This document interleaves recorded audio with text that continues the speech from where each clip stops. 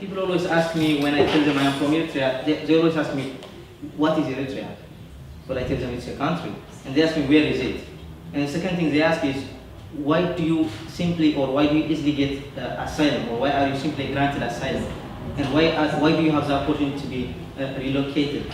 So today I'm going to say some things about that, but before that let me tell you some things about Eritrea, like the location, the culture, briefly. This tiny African country has contributed a very large number of refugees to Europe, and I think Europeans are very frustrated.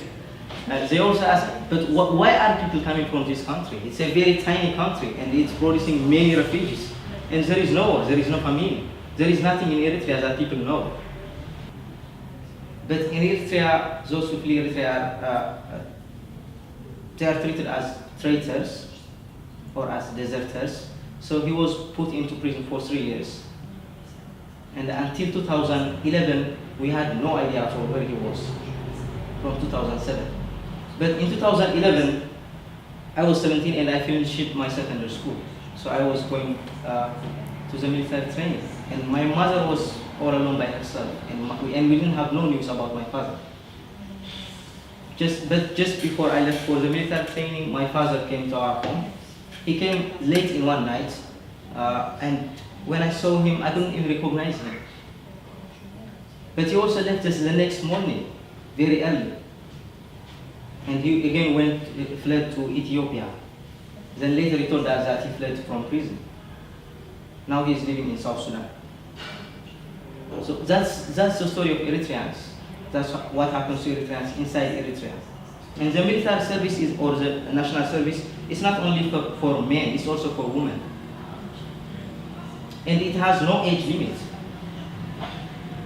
Especially now, men as old as 74 years old, they are serving in the military service.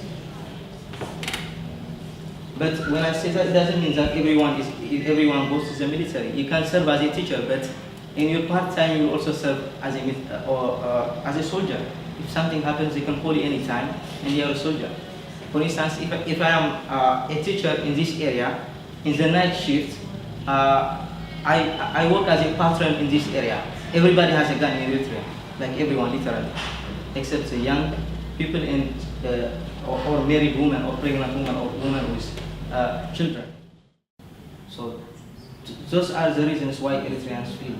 So when people ask me that I am here only for money, I really feel the pain. No, I really do.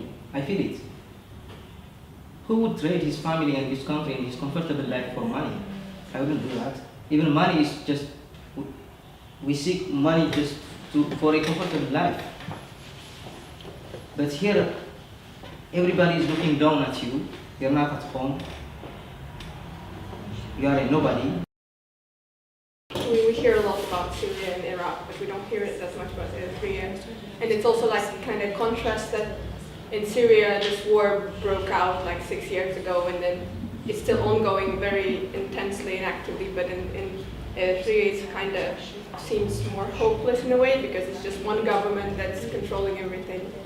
And yeah, it's very even tougher in a way.